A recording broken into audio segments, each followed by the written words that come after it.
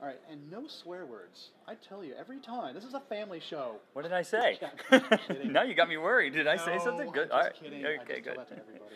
All right. All right. All right. Let me turn this bad boy on, make sure this guy... Okay, we're on. All right, Tom, if you're ready, I'm ready. All right, I'm ready. We are rolling here at the 2017 CUCEO Executive Team Network with Mr. Tom Davis from CSCU. How are you, Tom? Very good. How are you, Mike? Good to see you. Good to see you too. And thanks for taking time out. I'm sure you are as busy as a bumblebee here at this conference. So thank you very much for taking time out to chat. Appreciate it. Appreciate it. It's always nice to talk. Oh, good. We like talking as well. Yeah. Hey, by the way, just a quick congratulations on your new position at CSCU. It's pretty cool. Yeah. Pretty cool. Yeah, I'm very excited. Very excited. A lot going on.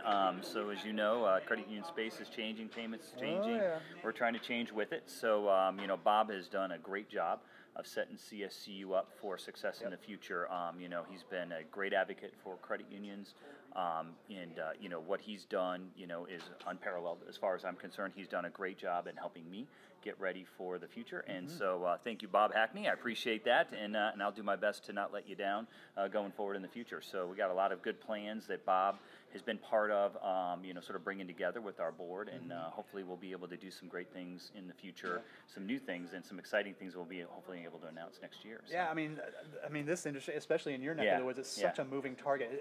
It's moving. I mean, it's going to change by the time this interview is over. So, right. I mean, Absolutely. How do you kind of gauge that? Because I mean, you have a lot of knowledge in your head about payments and technology and that type of stuff. How do you gauge a pathway for that? Right. You know, it's a lot about surrounding yourself with good people, you know, and we heard about that last night at the awards ceremony. A lot of the folks that got up there, you know, they said things that I would totally echo their sentiment. You know, surround yourself with some good quality people, and the war on talent is real, and I know credit unions know that. We know that as well, even with the CUSOs, trying to attract and retain good quality, you know, talent is a tough thing to do, and that's one of the things I think that CSU 2.0 is going to try to help solve that problem, along with a lot of other great CUSOs out there and other partners that we use. And so, working with some of them, collaboration is going to be key, and you know, trying to make sure that we have those folks at the right place at the right time to help not only credit unions but the movement on the whole. And so, that's some of the stuff I think that we'll be talking about in 2018 with a sort of a you know, a reinvented CSCU, and some of the things that Bob saw, you know, sort of, you know, towards the end of his you know, tenure here, that really that's where CSU sort of helped a lot, maybe behind the scenes, and maybe we take that one step further and try to really be out there with it and say, you know, really this is our core competency, and try to really wrap ourselves around that and refocus around that. Cool. So, well, I'm excited to see what's coming down the track for that. Yeah. All right, and you're also speaking here at the conference as well, kind of on payments trends for today's credit unions. Yeah. Oh my gosh, that's a loaded talk. What are a couple of key takeaways that attendees can get? You know, hopefully they'll come tomorrow and ask some good questions, because you're right, it's such a broad topic. You know, you can talk about anything from Bitcoin to Apple Pay to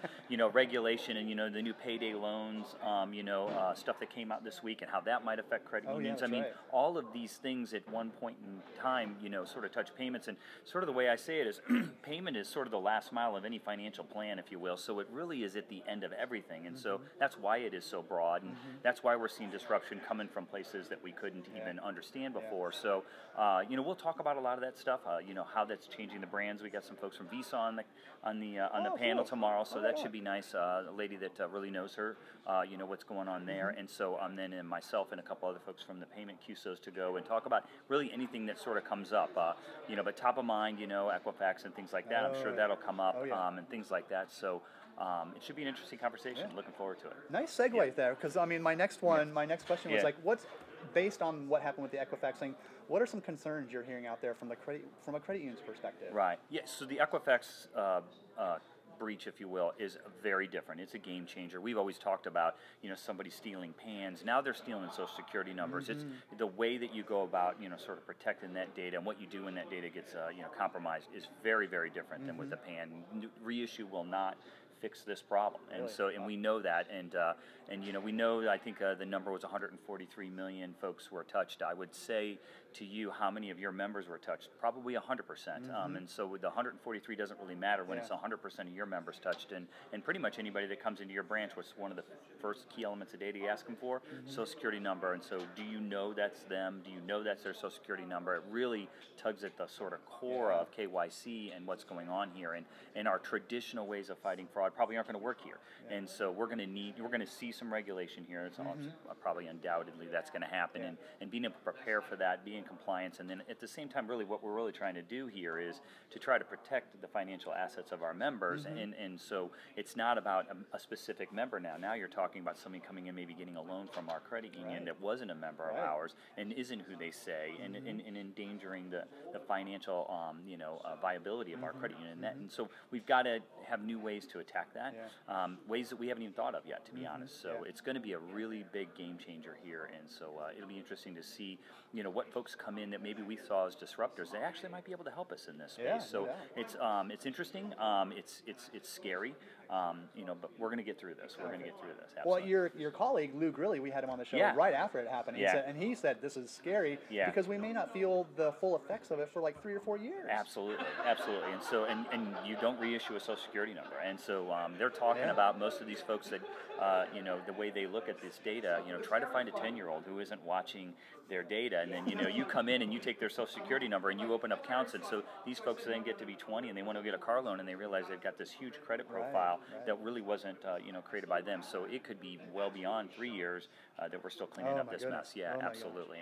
So. Oh my goodness! All right, I'm going to get you off the hot seat here because you got a lot of people to talk to and stuff to do here. What's based on what we just talked about here, payments, trends, Equifax, all that type of stuff? What's your outlook for the rest of the year and then going into 2018? Well, the year's getting close to being over, so so we're all in budget times, already really thinking about next year. So I think the war on talent is a big thing. I mean, even when you talk about anything, be it compliance, be it breaches and fraud and stuff like that, we sometimes think about war on talent more about, hey, how do I get folks to bring us forward? But we also got to look about how do we get them to protect us and things like that. So I think the war on talent's going to be big. I've already beat that drum a little bit. I think we're going to see more of these scary breaches, if you will, from Equifax. And what we're going to do is we're going to evolve with it. Sort of feel like maybe we're on our heels on this one. I think we're going to get a little bit forward with that.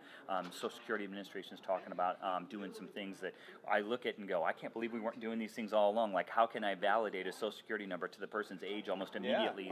Good idea. And so those things aren't even in the place right now. So some of this stuff is going to come forward next year, and we're going to go, this is going to help a little bit, sort of de-scare us a little bit, and so hopefully that'll help. And then there'll be something else that'll scare us. You know how that goes. And so that's where you need that talent. You need that person on your staff and they're accessible to you that's going to be able to be one step ahead of all this stuff. So that's something I really think is going to be forefront for next year. I think payments is going to see more change like it always has. And we've seen a lot of merchant apps come out and really start to become successful in this space. And I expect that's going to sort of change our paradigm. And when we look at things like Apple Pay and Samsung Pay and Android Pay and say, hey, that didn't work real well, and we see all along some of these other mobile payment apps did work real well, we'll learn and we'll see Apple Pay and Samsung Pay and Android Pay, start to change. One of the other things too, a lot of those agreements for Apple Pay, those 3-year agreements, they're coming up next year. So it'll be interesting to see what our credit unions do with that. Hopefully they'll realize that mobile payments is a little bit more than just mobile payments to the point of sale, and start to think of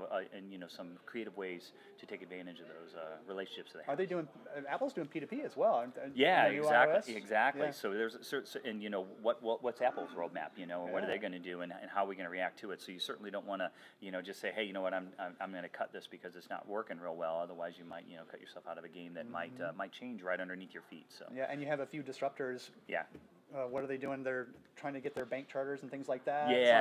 It's like Square, I think PayPal. And So the Amazon and both PayPal went up and talked to some regulators. We don't know what they're talking about, but we got to think that they're trying to get into this space a little bit, and how they're going to get in, and whether it's going to be meaningful or not.